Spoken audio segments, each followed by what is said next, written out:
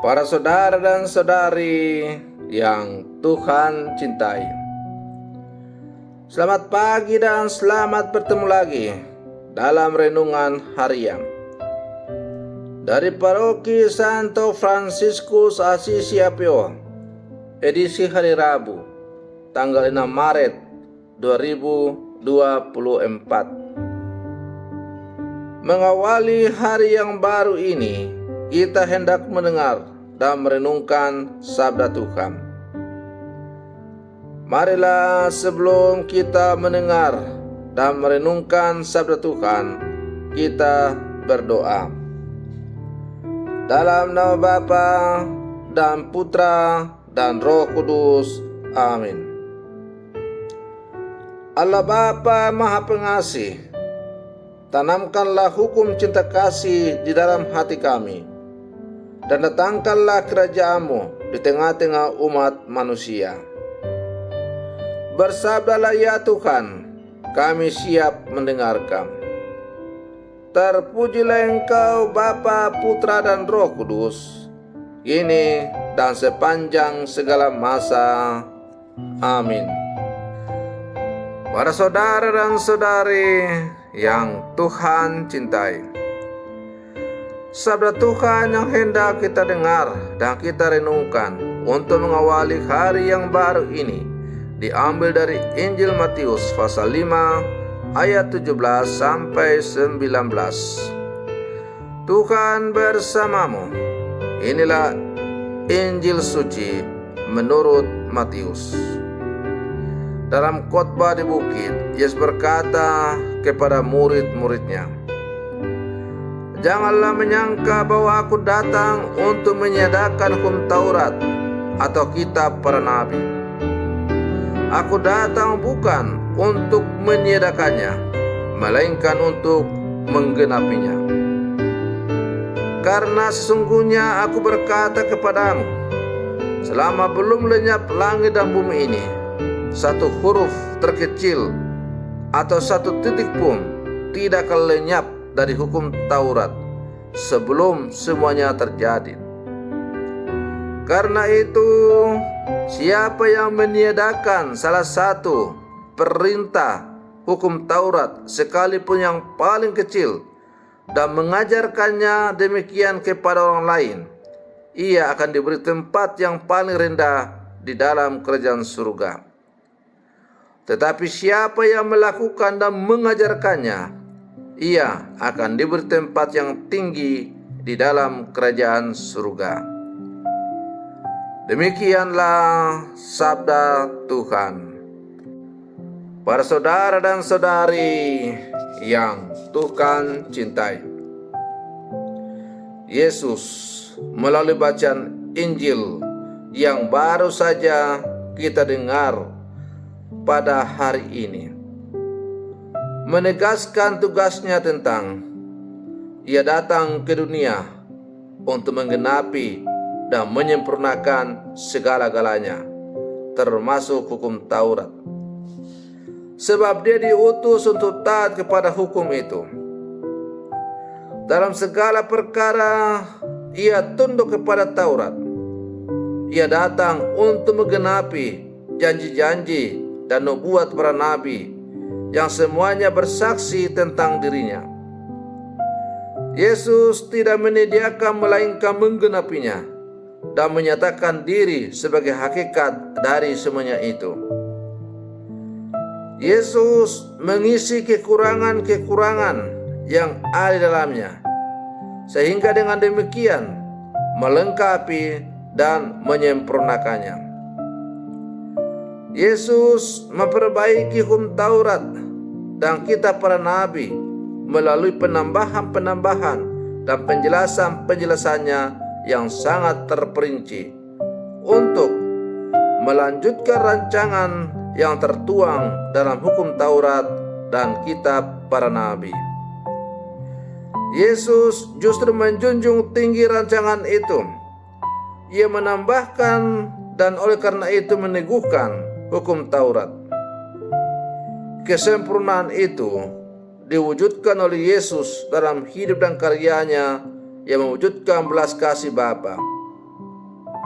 Kesempurnaan hukum dirangkum dalam diri Yesus yang adalah belas kasih Bapa.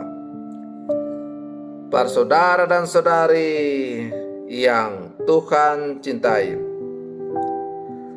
berbicara soal kesempurnaan Taurat, erat kaitannya juga dengan kesempurnaan Injili untuk para murid yang hidup di zaman sekarang. Sebagaimana Yesus menghayati aturan hidup untuk mencapai kesempurnaan, maka para murid atau orang-orang yang percaya kepadanya dipanggil untuk menepati dan menghidupi nilai-nilai Injili dalam hidup sehari-hari. Tata aturan dalam hidup gereja tidak boleh hanya berhenti sebagai aturan demi aturan, melainkan harus mendidik dan membawa kita semua pada sikap dan perilaku bebas yang penuh dengan belas kasih. Sebuah aturan hidup bersama, bahkan jika itu adalah aturan hidup gereja, haruslah mengarahkan setiap orang untuk sampai pada tindakan belas kasih dan bersatu dengan Allah, sang sumber hukum itu sendiri. Kita mungkin kerap mengikuti Ekaristi pada hari Minggu, namun hidup kita harus sampai pada menjadi pribadi yang ekaristis, artinya pribadi yang menyerupai Yesus Kristus, yang rela berbagi untuk memberi kehidupan kepada orang lain, menjadi pribadi yang rela berkorban bagi sesama dalam hidup, menjadi pribadi yang rela untuk membangun persekutuan, persaudaraan, kekompakan, dan mampu merangkul semua orang dalam hidup tanpa memandang bulu ia berasal dari mana, apa sukunya, apa agamanya, dan sebagainya. Menjadi pribadi yang ekaristis berarti orang yang mampu menampakkan wajah Tuhan dalam hidupnya yang penuh belas kasih, yang nampak dalam kerelaan untuk mampu mengampuni dengan setulus hati sekiranya ada orang yang menyakiti hatinya. Para saudara dan saudari yang Tuhan cintai, Kristus adalah contoh sejati dari pribadi yang ekaristis itu. Ia adalah hidup roti, ia adalah roti hidup yang siap dibagi-bagikan demi keselamatan sesama.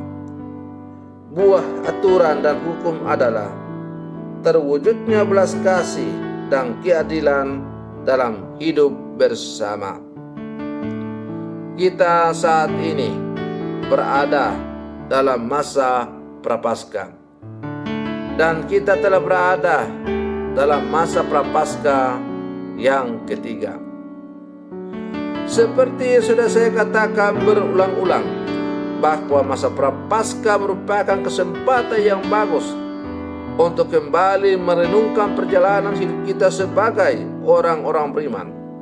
Maka masa Prapaskah ini hendaknya kita pergunakan dengan baik untuk terus memupuk semangat pertobatan kita untuk semakin menjadi serupa dengan Tuhan, sesuai dengan apa yang diharapkan oleh Tuhan, yaitu menjadi sempurna bersama dengan Dia. Hendaklah kamu sempurna adanya, seperti Bapamu di surga sempurna adanya. Itu berarti bahwa seluruh panggilan hidup kita, segala perjuangan kita, segala pergumulan kita di dunia ini bertujuan pada satu tujuan utama, yaitu mencapai kesempurnaan dan bersatu dengan Tuhan. Maka mari kita terus berlangkah bersama untuk terus memupuk membina sikap pertobatan kita. Semoga hidup kita semakin terarah kepada Tuhan dengan cara kita menaati segala aturan yang Tuhan berikan kepada kita melalui gereja yang kudus. Tapi kita melaksanakan aturan hukum itu bukan karena kita takut berdosa, bukan karena takut nanti dihukum, tapi kita lakukan dengan penuh kesadaran, kebebasan, belas kasih, karena kita telah merasakan belas kasih Allah. Semoga perenungan saya untuk mengawali hari yang baru ini semakin menghantar kita menjadi murid-murid Yesus yang sejati. Selamat pagi, Tuhan Yesus memberkati.